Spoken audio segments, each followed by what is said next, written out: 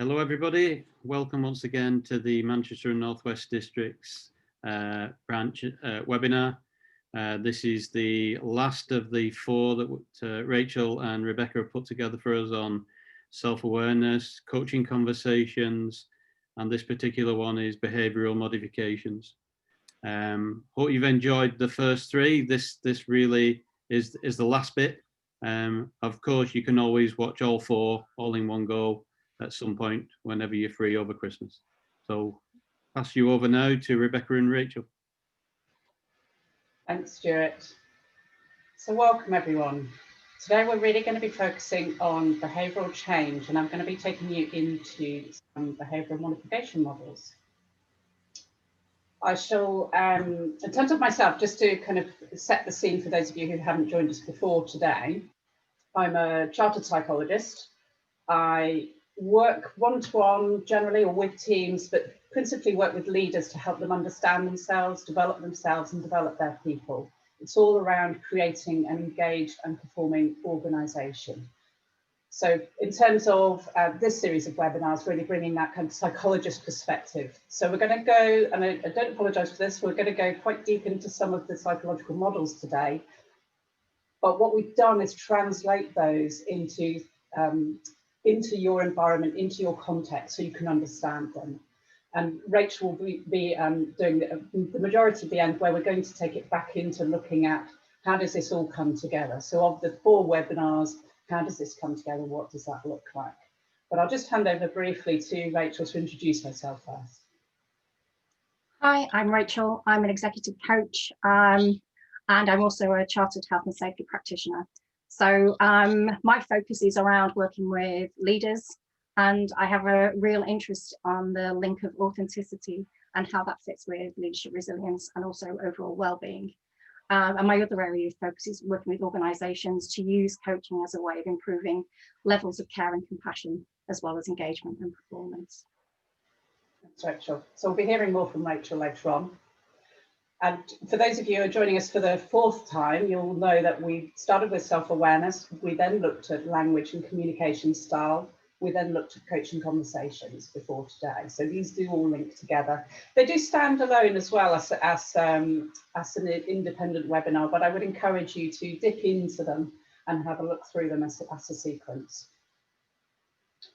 Today, we're going to start with a simple way to think about behaviour modification. We'll then look at nudge theory. Some of you may come across this already, but it's a useful, more modern model of behaviour modification. Then I'm going to take you into the challenges, not least is the wording, behaviour modification, which Rachel said gave her a bit of a shudder. Really, change and cultural change is what we're really wanting to look at. I'm going to share with you a behaviour-based safety model, just in case you hadn't spotted that in the literature as yet. And then move really into this cultural piece, because that's really what we're trying to achieve, is creating that safety culture and driving change through culture. And then Rachel and I will bring it all together for you at the end. First thing to think about is that every behaviour starts with a positive intention. It's not always obvious to you what that is. And sometimes you might be thinking, no, it doesn't. But say, for example, the person driving along the motorway that suddenly cuts you up, dives across the inside lane and exits the motorway. That just looks rude. But for them, there might be some motivations there around making themselves look good. Oh, I'm a smarter driver, I'm a more accurate driver, I'm a faster driver, I'm more important than you, I can get somewhere faster than you. So there's something in there, there's something behind that behaviour. Even if it doesn't appear to be a positive behaviour, it's doing something for the person. So that's the first thing to think about, is a behaviour has a reason it's arisen. So let's take a look at the most simplest model of behaviour modification. And I'm using that term quite deliberately at the moment. It is a field of psychology. It's been around a long, long time. And this is really where, when we started to look at behavioural change, where we started in psychology. And this is back in the days when you didn't really have ethics committees. So you might have heard of things like Pavlov's dogs and Skinner with his mice and the bells, and it's all come from operant conditioning, and they're being quite cruel to animals in terms of trying to understand behaviour. But it's actually a really useful model. So the reason I kept it is because it still exists, it's still around, and at its simplest level, there's some value in it. I've got some warnings which I'll come to. So let's look at what we mean by it at its simplest level. It's reward and punishment. The carrot and stick is often what we call this. How are you rewarding people? How are you punishing people? So when you start to think about it from the perspective that it's giving something nice or giving something nasty, that's a reinforcement.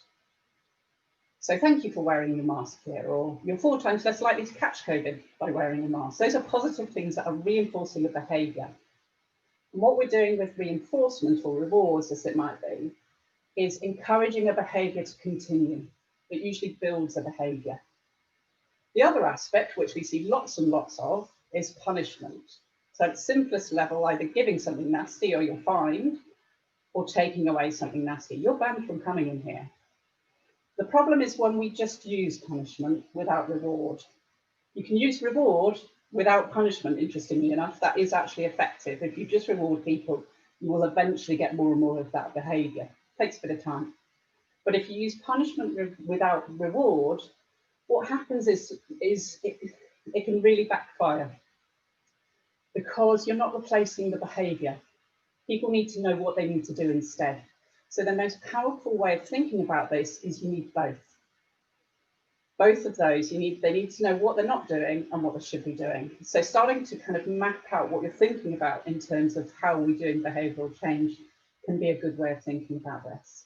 And from the reinforcement perspective, thinking about both intrinsic and extrinsic reward mechanisms. So by that, I mean intrinsic are things like, I desire to be a contributor to the community.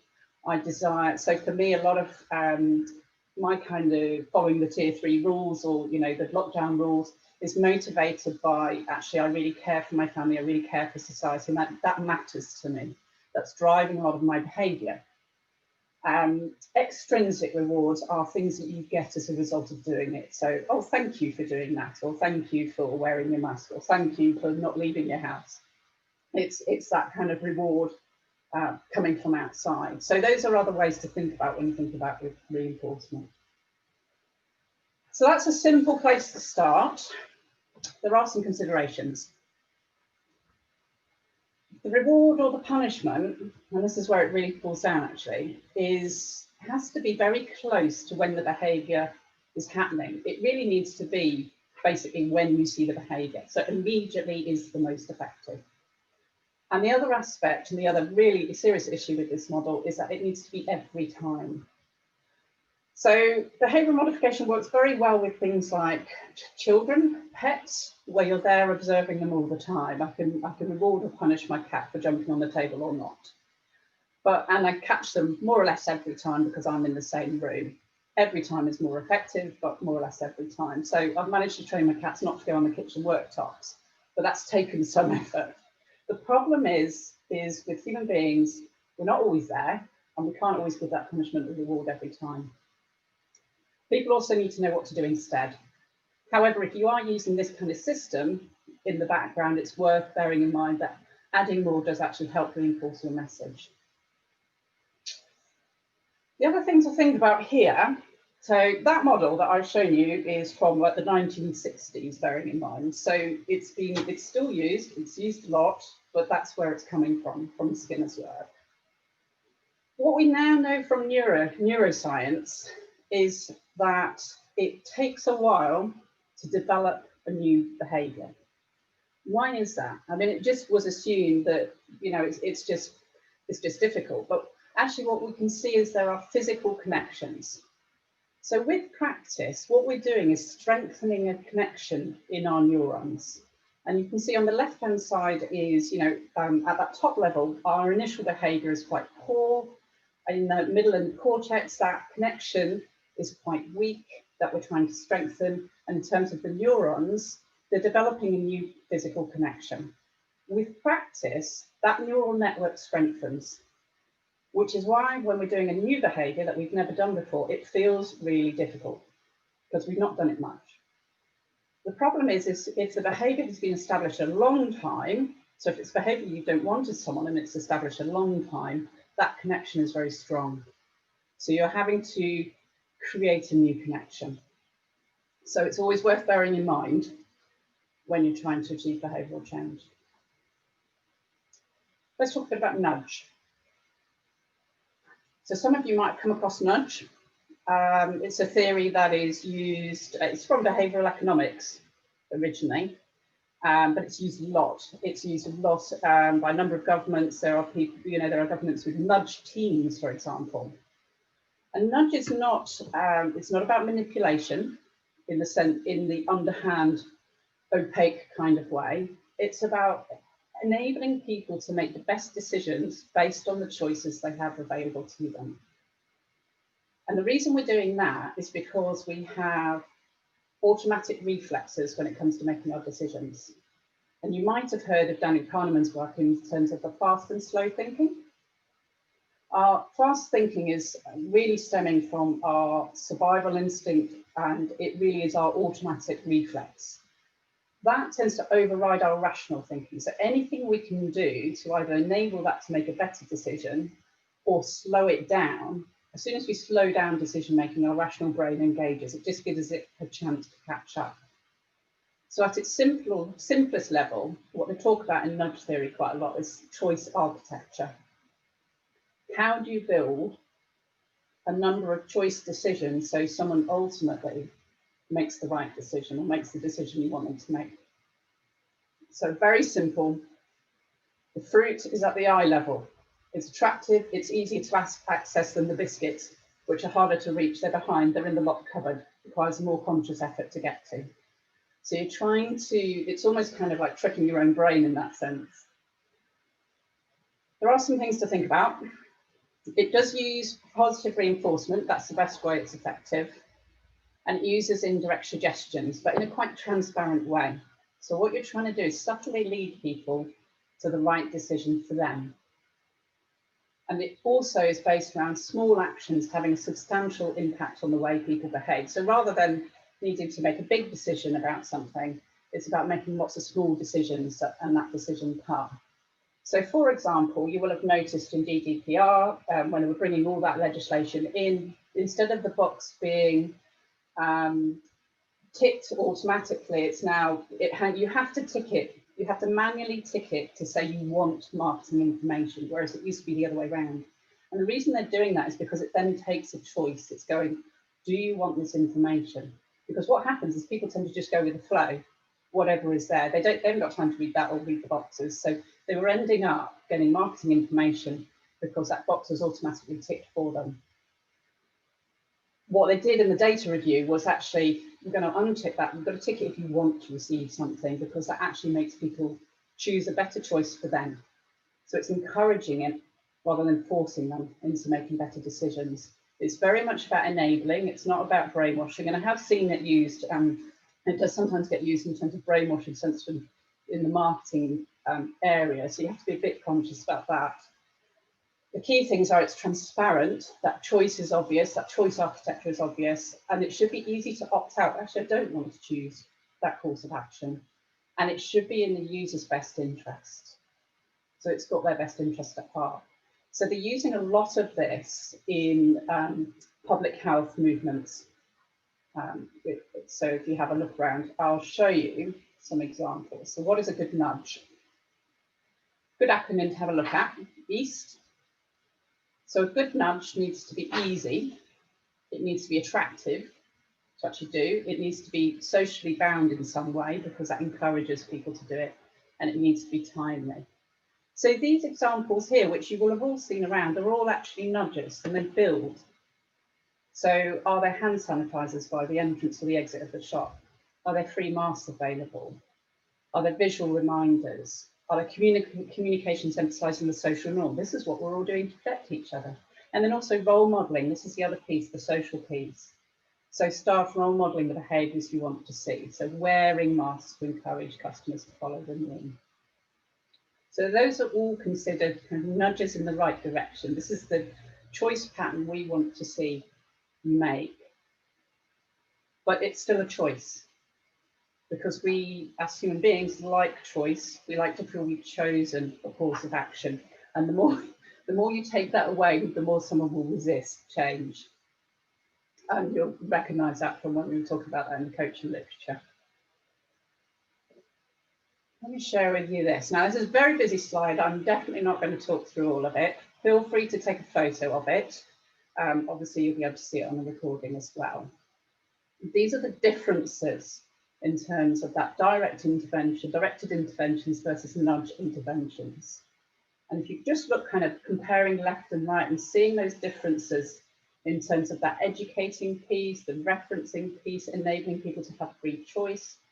Third from the bottom, something we talked about a lot in our previous webinars, which was around that talking parent-child to someone being quite paternalistic, actually can backfire and not really work, not in the long term. It's pretty good for short-term emergency situations where you need someone to stop doing something right now because it's dangerous in that moment, but it doesn't sustain long-term change. What we know is those adult equal conversations in that coaching style really enables that nudging behaviour to work. Okay, so that's a bit about nudge. Before we go on and look a bit more broadly at behavioural change, I think it would be useful to do a bit of reflection. We've been doing reflective activities in this webinar, and really it's about taking a moment to step back and go, what have I just heard? What does that mean to me? So I want you to think about an important behaviour that you're trying to encourage in others. And ask yourself these questions. So what is the behaviour I actually want to stop or reduce? What are the step-by-step specific choices a person makes before this behaviour occurs? What is the behaviour I want them to do instead? What could be alternative choices at each of those steps?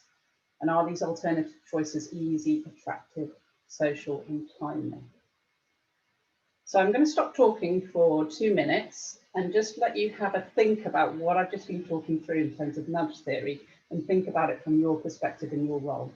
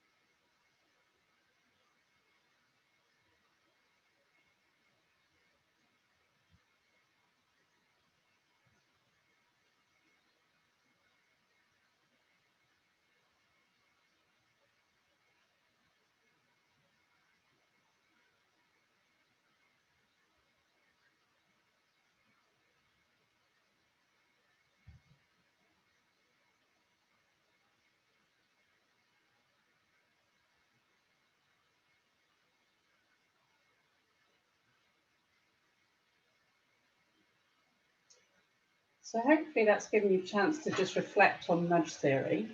Happy to take more questions in the Q&A. So just pop those in the Q&A box if you've got them, and we can have a look more at that. It's a more modernised version of behavioural modification and a little bit more successful than the first model I showed you, but I know the first model is a very useful one to be aware of. Let's talk a bit about the challenges then. The basic principles, the basic premise of behavioural modification is that the behaviour that is strongly reinforced will be maintained. Is it? That's the problem. That's one of the problems, apart from that consistency piece and the reward piece needing to be immediate. We don't actually operate on our own in a vacuum. So behavioural modification has this serious limit, which is why that phrase isn't used very much anymore. Because we're not just this, rat in a box. We're not a dog in a cage answering to a bell. That's not how we work. we are part of a much larger system. So having a think about what does this mean? Well, let's just step back from just looking at the individual level. And I wanted to share, there's a couple of slides I'm going to share with you now, which are very, you can see the references are on the bottom. I can also share with you the papers as well that we dug out. These are newer papers looking at actually how do we encourage behaviour-based safety? What does that look like? What are the models out there? So this is a model that has been developed in the field of construction safety, when they're looking at how do we manage sites to be safer sites, because we have transient workforces, we have project-based activity going on, there's a constant stream of people coming and going, and there's lots of challenges with that in terms of how to keeping sites safe. So this one is worth thinking about, because what they looked at here was what are the other things we need going on to encourage safe behaviours. They concentrated on two things, which is another reason why I really like this model, because it's actually, again, pretty simple to get your head around. They concentrated on observable safe behaviours rather than negative safety attitudes. So this particular study is set within construction. I'm going to show you one in a coal environment as well. So observable safe behaviours, and they encourage those. So they identified what are the observable behaviours looking like. They had a goal setting, they had lots of goal setting going on. What do we want this to look like? What does safe behaviour mean around here on the site? They did training with foremen, training with workers, and then they did this observation piece. And the observers had conversations with workers, with, they visit the site, they distribute training materials, they provide feedback, and the feedback was the key piece. But the feedback was around praise, and it was around what they saw that they wanted to see more of. So do you remember me talking about positive reinforcement right back about 20 minutes ago? This is what they were focusing on, this positive reinforcement of observable behaviours. And then they had a way of measuring what was going on in this system. And they found, so for example, one of their projects, safety performance on one project improved from 86% at the end of the third week to 92.9% during the 9th week. They really saw overall, when they were looking at this longitudinally, large decreases in unsafe behaviours and significant increases in safe behaviours in this type of transient workforce. Because what happens is your culture and your environment and the people around you are socially reinforcing what you're doing, and you're being rewarded for doing the right things. So it's echoing some of those early pieces I was talking about in terms of Skinner's model of positive reinforcement. But that's really worth having a look at. The other aspect here is obviously the goal setting really helps because it's clear about what they want to see. The second paper that I wanted to share with you briefly was this one, which is really where they started to make that connection between safety behaviours and safety cultures. So you can see here they looked at 3 levels. They looked at actually what are they doing, that behavioural level, what are the collective behaviours going on here? They then looked at the systems around it.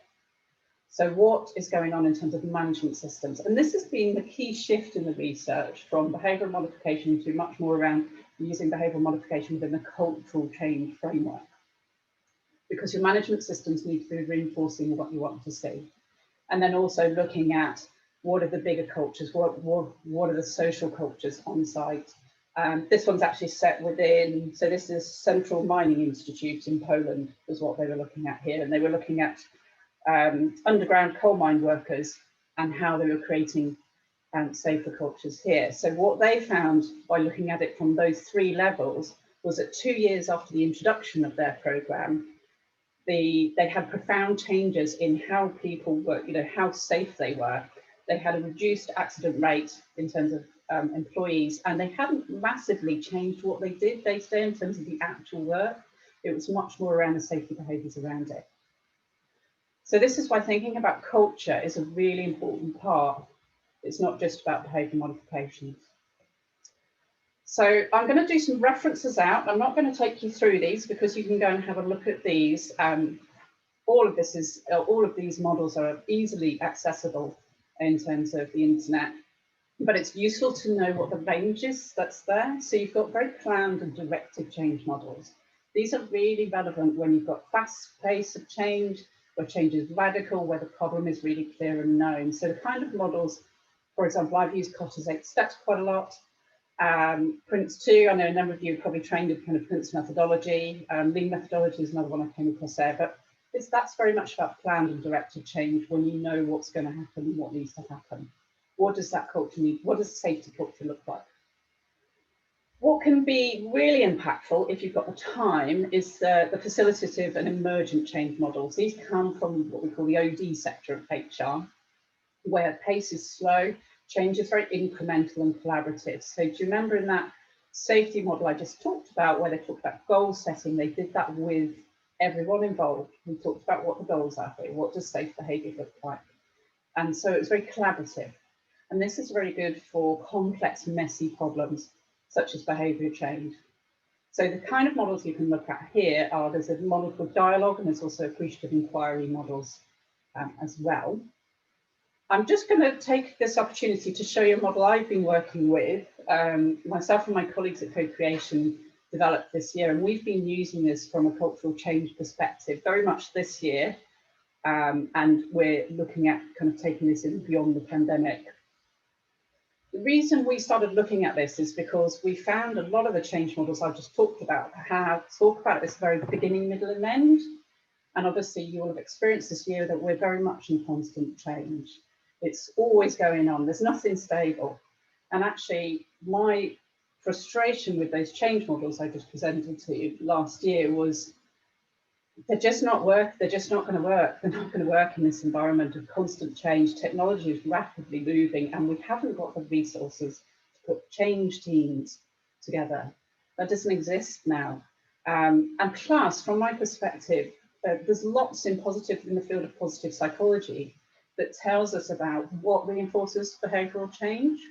And this links back to that positive reinforcement piece in terms of what really helps drive change.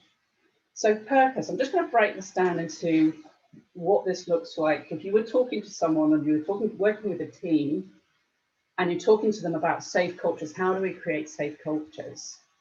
Firstly, purpose. So what is the goal of their behaviour? What is the goal of the organisation? How do the safe behaviours reinforce? How do they help the organisation deliver on what it's delivering? So it's helping people at that individual level understand how their behaviour links to the overall goal and helping them buy into that. Outcomes, very much knowing, and this is back to kind of, measuring what is the impact of what's going on in terms of behaviours. That focus, not just on the behaviour, but on the impact is, and you'll know this kind of from the safety perspective, that's actually really important, because otherwise what you can accidentally do is reinforce wrong behaviours, because you're not really making that connection with the outcome. So helping them understand as an individual, this positive behaviour helps us have this outcome. Looking at that from the collective piece, so people knowing their strengths and weaknesses, knowing that of each other and creating those diverse teams. So, so you have someone going, well, hang on a moment, why is everyone doing that? You have people brave enough to be different, to speak up, to be diverse, to go, actually, I know this is the way we've always done it, but it doesn't actually seem that safe to me.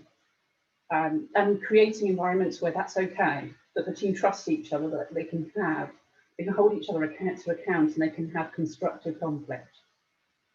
Having a human-centric part to everything that's going on in terms of policies and procedures is really important. So we've seen lots of research this year around leaders who are very human-centric in their decisions, how their cultures have been much more successful this year at coping with the environment. So for example, moving quite quickly, you'll have seen early in the pandemic, moving quite quickly to things like flexible team charters, the hours people are working, their access to technology, really thinking about what's the human piece in here. And when you're trying to achieve cultural change, that has to be a central pivot, because if your focus is finance and money, somewhere along the way the human piece can get forgotten if that's too much the focus, and that's where the wrong behaviours end up being reinforced because we're trying to save money. Growth mindset, encouraging, this is really about encouraging people to look at the opportunities here, encouraging transparency. It's okay to make mistakes as long as we know what they are and how we can prevent them and not do them again. It's encouraging that openness, that growth piece, rather than people being scared to speak up or scared to fail, because that's again where we have risks arising. And then finally, flexibility. And this is really about having systems and processes that can flex to a constantly changing environment. What can be stable in the organisation, what needs more flex? So hopefully that was useful to get kind of particularly my perspective in terms of what's really important this year in terms of driving cultural change. I think it might be useful to do another reflection exercise just to give you a chance to ponder on that before we then go into a recap.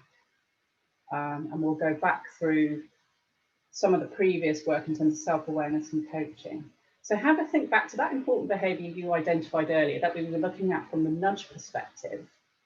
Have a think about it from this other perspective. So from their view, from the person you're trying to change, how is their behaviour actually supporting their purpose or goal?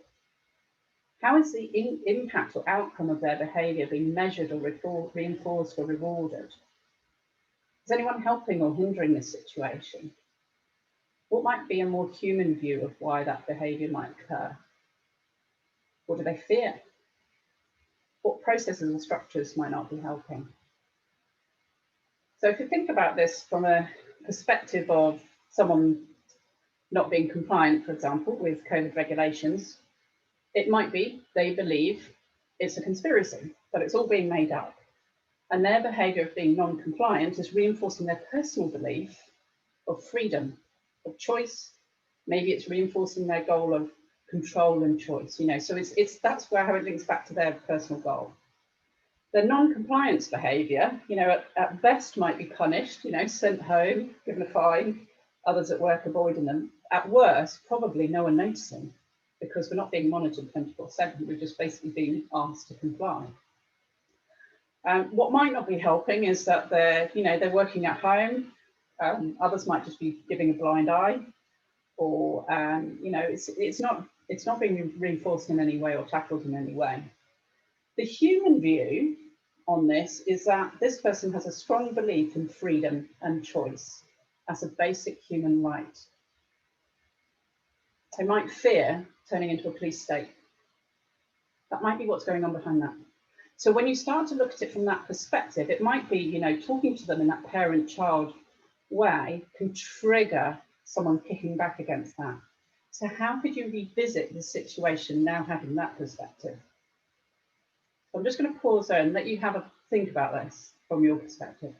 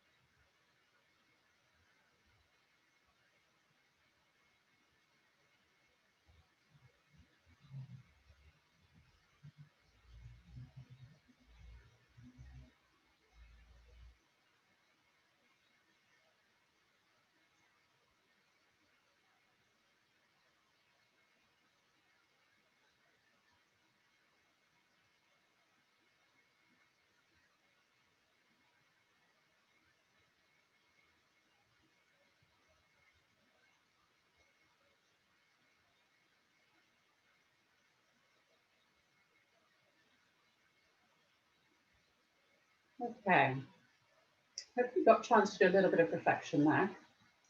We're now going to move into a recap so you can start to make this connection back to the other slides. We'll take you through, Rachel's going to take you through self-awareness. We'll then talk a little bit about language and communication style and the coaching conversations, just so you can make that connection together. So I'll now hand over to you, Rachel. Okay, from a self-awareness point of view, why did we start there?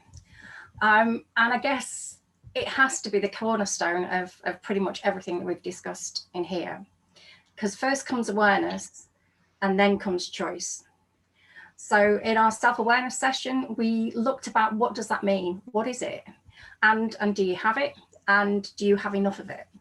So we brought in a couple of models to kind of help you identify and support you to really kind of nail down your self-awareness.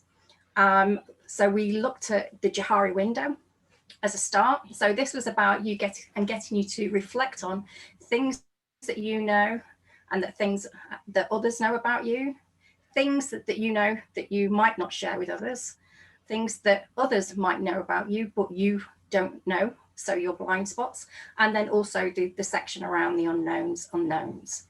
So we did some reflective exercise to try and pin down actually, you know, what do I share in public spaces? What am I comfortable sharing with others and that they know about it? And what is the impact on me and the impact on others of that kind of approach? And the key to that, again, is about thinking, okay, I know this is the impact, but then what can I potentially do about that? So the idea about becoming more self-aware is about reducing the areas of your life where these are things that you don't know. So we talked about feedback. So this really can help you think about the areas that other people might have that information, but you don't. So Rebecca went through a couple of feedback models, and we talked about different types of assessment, I think, in the Q&As to kind of help get that kind of impact and that information that others might hold about you. And then we dealt with the kind of unknown unknowns. And the way we looked at that was around using Kolb's experiential learning cycle. So I think my example is that I don't know whether I'd like scuba diving because I've never done it. I can't ask Rebecca whether she thinks I like scuba diving because she's no idea. So actually one way of trying to get an answer to that question would be to book a session and actually try scuba diving. And that would help me make a decision about, yes, whether I really like that and wanted to continue and decided to get really better and good at that, or actually, no, it's not for me. I might consider hang gliding instead. So we worked through Kolb as a kind of way of thinking about how can you improve your awareness about something. So the idea is you're reducing that unknown section and growing that known section. So that's why we started with the self-awareness session. And then we moved on to, and so this was about improving. So if you improve your self-awareness, you will improve about what you do well. And it will also give you an indication of areas that you might have for development. It would raise your happiness levels by aligning your ideals with your actions. So if you know where your value base is and you know how it is that you like to act and behave, you know, if you're working within that, it does improve your happiness and overall well-being in that space. It can help you become a better leader by understanding how people are perceiving your approach and also the impact that you're potentially having on others in a positive way, as well as some areas that you might want to be aware of. It can strengthen your work and personal relationships by managing your emotions and also helping you build rapport. So the ability to be self-aware and recognize what others are asking from you in that space can really help build that trust and rapport. It can increase your work motivations because it'll help you seek out what your true passions are, because by going through that Johari window, it will help identify what some of those things are, and hopefully decrease your stress by identifying emotions and tasks that you just really don't enjoy and are actually not giving you any value in your life. Okay. So we then talked about language and communication and really thinking about things like you should do something, and how that can trigger what's going on for you. You'll remember brought in neuroscience here, talking about the brain is stimulated in different ways when we view something as a threat, but coming towards us versus when a threat is going away. And you can see on the left, the areas of the brain that were stimulated in this experiment by the tarantula, I think that is coming closer to you in terms of the foot, versus on the right, the area of the brain stimulated when the threat is going away. And we looked at things like the model of scarf, David Rock's model of scarf, which is that social threats are treated by our brain as important as physical threats. Because of our evolutionary wiring, it doesn't categorize, oh, that's just a social threat. They're just threatening my, I don't know, job title or my sense of control. It's actually treated the same as, oh, I'm going to be eaten by a tiger. It's really interesting. So what you need to bear in mind is that things like lack of control and all those social aspects can trigger exactly the same kind of response. And we end up with that fast decision making going on that I described earlier. We also looked, when we looked at language, we looked at things like personality and how that influences what you might say and where you might focus. Or let's get a plan for that, or let's just get on with it. So how that, being aware, getting back to that self-awareness piece, knowing where you are and what your drivers are in terms of personality can help you understand how you might be communicating and what you'll focus on. Then we took you through transactional analysis model. Appreciate that this was quite a learning curve. It was a big model that we took you through, but it's a really important thing to understand. I guess the takeaway for those of you who haven't gone back and had a look at the deeper dive we did on this is really about the conversations we want to have. The most effective conversations are those adult conversations where we're talking to each other in a way where we're respecting each other and have each other in unconditional positive regard. What can happen as a problem is when we have cross paths going on here. So, for example, if we're talking in a parent style of voice and someone is actually expecting an adult type of conversation, what you can end up doing is triggering a child response, and you might trigger the kind of the child being quite rebellious. So I think we demoed in that particular webinar, we demoed trying to trigger that in me, although it didn't get triggered quite strongly as it would have been you, Rachel, from what I remember. But someone going, well, why haven't you done it? You should be doing it now, by tomorrow. And you can hear that in the tone of voice, that parental tone can trigger that kind of child ego state. And by ego state, it's kind of your center and where you're coming from. We all have these ego states, but language and communication can trigger an ego state. So being conscious of what you're triggering and how you're talking to people is really, really important. Is there anything you wanted to add on that, Rachel? Shall I hand back to you for coaching conversations? No, I think you covered everything.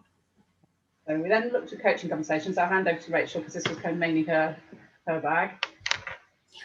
Okay, so then we moved on to coaching conversations around what they are and how they may differ from some of the more standard conversations that you're having in your workplace.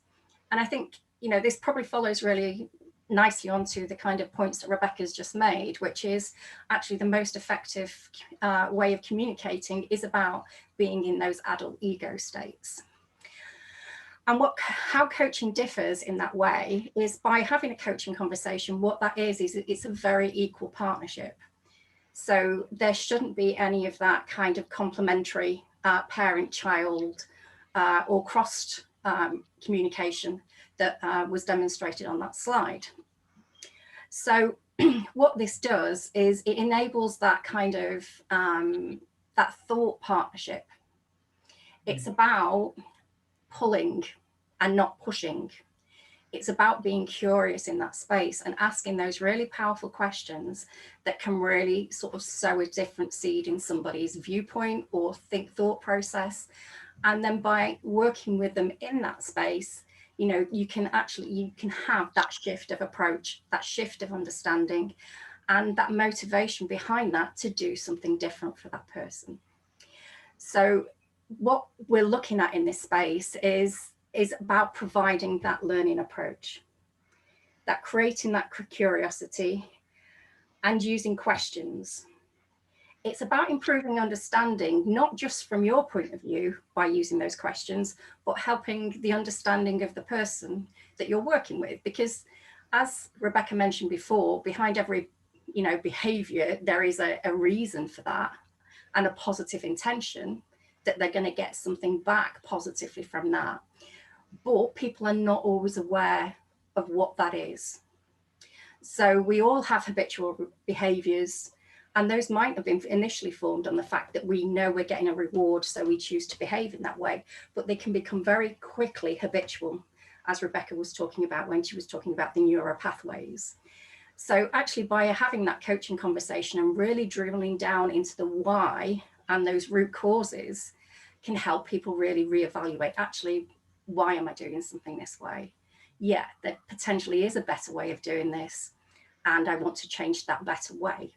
And I think what that means then is that, you know, that behavior has shifted, and then hopefully there is less need for that constant monitoring and reinforcement and everything else, because what they do, the more that they do it, that pathway becomes more solid and more strong. So that good behavior then becomes their habitual response. So I guess the idea of the coaching approach, and this was I guess what we were talking about when we did our role play, and I was being quite horrific. So there are ways that we can use quite directed questions. So you're telling me this isn't done, but actually, is there a way of still getting that information without creating that really kind of confrontational initial reaction? So can you talk me through what progress has been made? Feels far more neutral than, so you're telling me this isn't done. And now you're telling me you still haven't done it. So a different approach would be, okay, so I'm sensing that there's still some blockages here. Can you talk me through what's stopping you and what's stopping this moving forward? What are you going to do about it? And what you need to do is, again, that very, very directive approach, but actually helping people to think this through. Okay, what would you need to do to overcome some of these barriers that you're mentioning? And from all these ideas, which you think is likely to be most effective? And what you're doing is just allowing that person that thinking space to go through, make a conscious decision about what they're going to action. And by them actually owning that, there is far more chance that that is actually going to be a successful sort of behavioural shift. So that's why we bring in, and I think that's where the real power of that coaching approach lies. And it's all within this greater context, of course, of what we've been talking about in terms of behavioural change. And, you know, the need to set that within, not just work at the individual level, the need to think about that safety culture, that broader cultural change. And really thinking about what is the wider context, where am I having coaching conversations, how am I reinforcing, what management systems are reinforcing.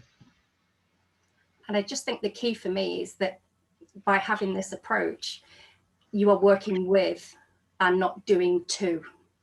Yeah. And I think that is really key. Fabulous. Okay, so you can have a look at all those webinars back on the YouTube channel. In terms of next steps, I'll just briefly hand over to Chris, if I may, just to talk about what you've got access to as IOSH members. But you can also connect with us on LinkedIn and contact us if you're interested in one-to-one coaching or team workshops and training in any of these topics to help increase your impact. But Chris, can I invite you in just to take a few words about what they've got access to currently on the website? Hi, Rebecca. Yes, we had a chat about this the other day, and there's quite a few resources available to IOSH members through the Careers Hub, which is one of the new developments that IOSH have made available to people on the IOSH career path. Lots and lots of great advice there. And then also there's the blueprint, which is all about working out what your weaknesses and strengths are and your competencies, and that also pushes you in the direction of the Career Hub. So for those people who have been asking in between these sessions, where do I go for more? That's a great starting point. Yeah, thanks, Chris. Yeah, and that's exactly where I'd be encouraging you to start and have a think about. So we're now open for questions. I've got one that came through the chat before that Mark Tissington was having trouble with all the references that you've got at the bottom of the slides. I just wondered if you could put them together in a little. Yeah, pop them in an email and send them over. Yeah, sure. Email, we can send them over at some point. Starting on the questions, we've had 11. It's going to be tight this, but we'll get through as quickly as we can.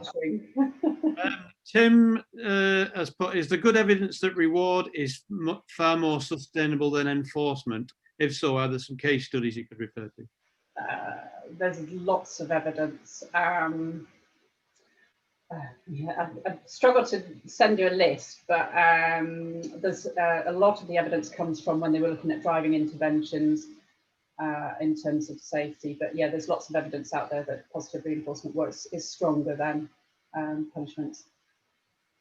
Okay. I'll try and find something I can point you towards. I hope that's a sufficient answer for you, Tim. But like Rebecca says, there is plenty of stuff out there on that. Carl's got one or two questions in. I'll start off on his first one. How do you think this session wraps around the ethos of safety differently and Sidney Decker's work?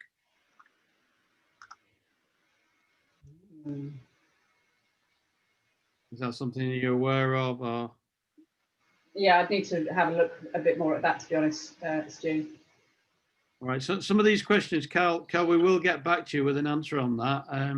I'll move on to his other question, which was, which really is interesting. Do you think every scenario is different? And as occupational safety and health practitioners, we have to treat every situation differently. Any form on engagement should be molded around the situation in front of you, and a persuasive approach to get that party brought in into your way of thinking. Yeah, because it's complex. That's the problem, isn't it? Human behaviour is complex and set within contexts and situations and personal drivers. So you can have some basic principles you're working with, which is what you're doing when you're working with like goal setting, but it's all about having lots of things in place to be encouraging that behaviour, because something will work better for one person than it does for another. Having the coaching conversations gives you that rich picture of what it is likely to be in the organisation. And then you can kind of hone based on those conversations. Okay, I hope that answers your question. Just running through, I'm just cherry picking at the moment. Simon's put a question in. How does one modify the behaviours of directors and owners of companies? I think that's a great question. Same techniques. Principally start with the coaching conversation. Rachel does a lot of this type of work. I don't know whether you want to add, Rachel, but that's where you know, that self-awareness piece of the impact they're having, and then going through those coaching conversations in terms of changing behaviour. Do you want to add there, Rachel? Because I know you work in this. Yeah.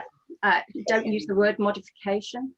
They will not consider that their behaviour will need modifying in any structural. And I think it is. So the ability to have those coaching conversations and build that rapport will hopefully give you an insight into where their value base is and actually where, you know, what's important to them. And I think if you look around, particularly around influencing and negotiation themes, it's about finding things that you can connect with, that, you know, examples that you can give that will connect with them so they're able to understand. And again, the big piece, like we've started today, anything around choice has to start with that self-awareness. And then that self-awareness will lead to, is this what I want? Is this what I believe to be true? Is this what I value? And then that brings in that choice about change and then shift and then action plan going forward. So yeah, we do quite a lot of work and things around those 360 approach to get that real feedback to help with those blind spots around what we feel we are good at or what we feel we do well or don't do well, actually in the context of reality about how people are experiencing us as health and safety leaders. Fabulous. I hope that answers the question. I've got one more, I think, because we've got with Chris has got some important news for everybody.